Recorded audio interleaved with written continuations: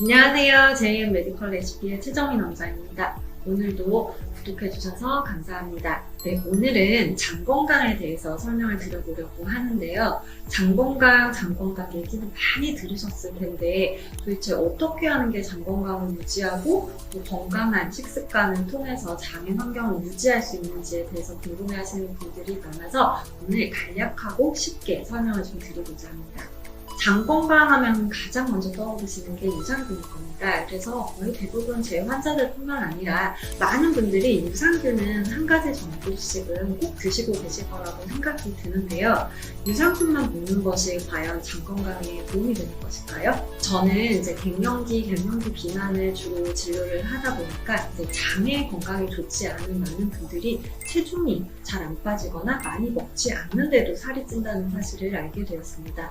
그 이유가 장내 환경이 나쁠수록 좋은 음식들은 흡수가 잘 안 되고 나쁜 음식들은 흡수가 잘 되면서 우리 몸이 지방을 분해할 수 없는 환경으로 변해나가게 됩니다. 그래서 이렇게 오랜 기간이 흐르다 보면은 나와 친구는 똑같이 먹었는데 장의 환경이 좋은 내 친구는 살이 하나도 안 찌고 장의 환경이 나쁜 나는 조금 먹었는데도 뱃살이 나오고 피곤하고 몸이 안 좋아지는 이런 증상을 느끼고 계신다 하신다면 내 장 환경을 한번 개선해보는 치료를 해봐야겠다라는 생각을 해보시는 게 도움이 될 것 같습니다.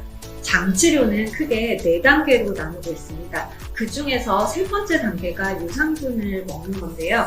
결국은 첫 번째, 두 번째 선행해야 되는 단계를 뛰어넘고 유산균을 먹기 시작하면 사실 큰 개선이 없다는 얘기입니다.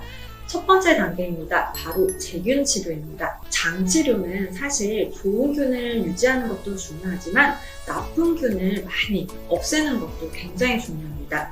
우리 몸에서는 유해균과 유익균의 비율이 어느 정도 적당히 유지돼야 되는데요. 유익균이 한 80% 정도, 유해균이 한 20% 정도를 유지하는 것이 사실 가장 적합한 장의 환경입니다.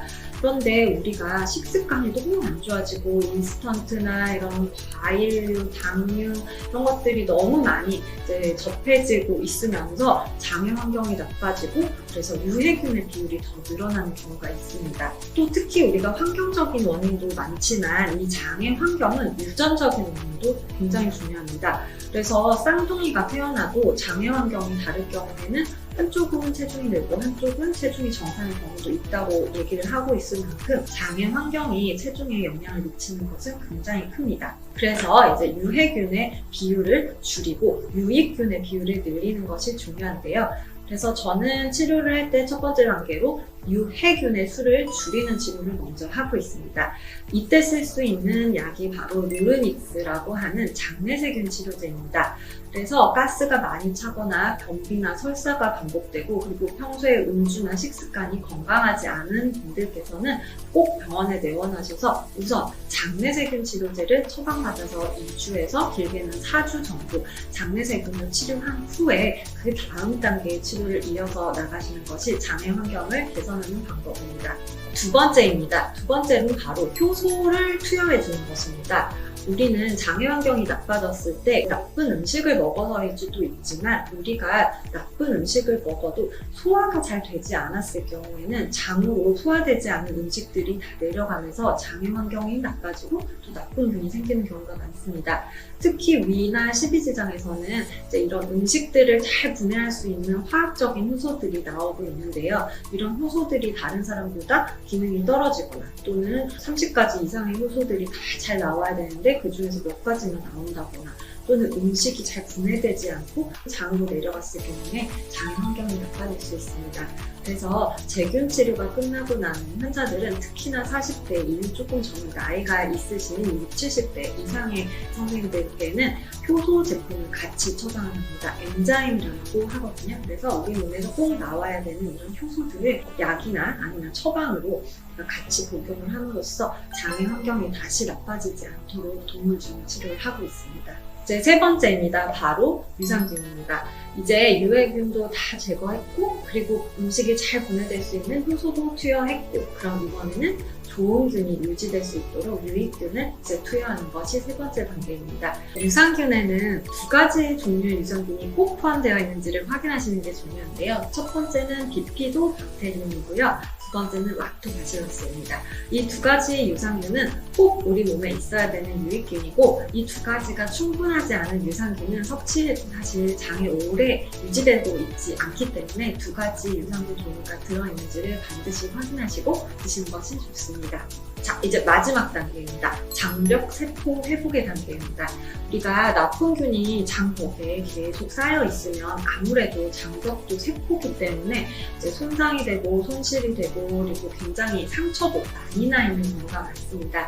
이렇게 되면 우리 몸에 꼭 필요하지 않은 나쁜 물질들도 장벽 밑으로 흡수가 돼서 장기수 증후군이 발생할 수 있습니다. 이렇게 되면 알러지가 발생할 수도 있고, 또 이유 모를 여러 가지 병들이 생길 수 있기 때문에 이렇게 오랫동안 장내 환경이 좋지 않았던 분들은 장벽세포 회복 치료를 하는데요. 그게 가능한 것이 바로 글루타메인트라고 하는 아미노산입니다. 그래서 시중에도 글루타메인트라고 하는 아미노산이 알약으로도 있고 파우더도 있고 가루도 있고 하지만, 글루타메인트가 주사제제로 되어 있어서 이제 주사제제로 꾸준히 좀 맞고 있습니다.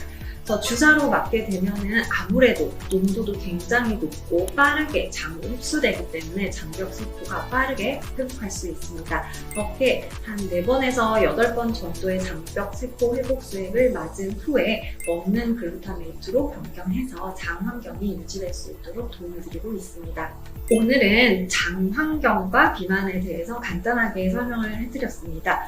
장 환경은 꼭 비만만이 아니라 우리 몸의 건강, 그리고 면역, 알레르기 등등 모든 것과 연관이 되어 있습니다. 특히나 자폐나 또 주의력 집중 장애에서도 장애 환경과 연관이 된다는 논문이 많은 만큼 장애 환경을 유지하는 것은 건강의 가장 기본입니다. 그래서 내 장애 환경이 유산균을 먹고도 크게 좋아지지 않고, 또 면역은 계속 떨어지는 것 같고, 별로 먹지 않는데도 내가 계속 살이 찌는 것 같다 라는 느낌을 받으시는 분들은 반드시 내원하셔서 주치의와 함께 장내 세균 치료를 한 후에 4가지 단계의 장 건강 치료를 한번 시작해 보시기를 바라겠습니다. 감사합니다. 오늘도 끝까지 시청해 주셔서 감사하고요. 구독, 좋아요, 알림 설정 부탁드립니다. 감사합니다.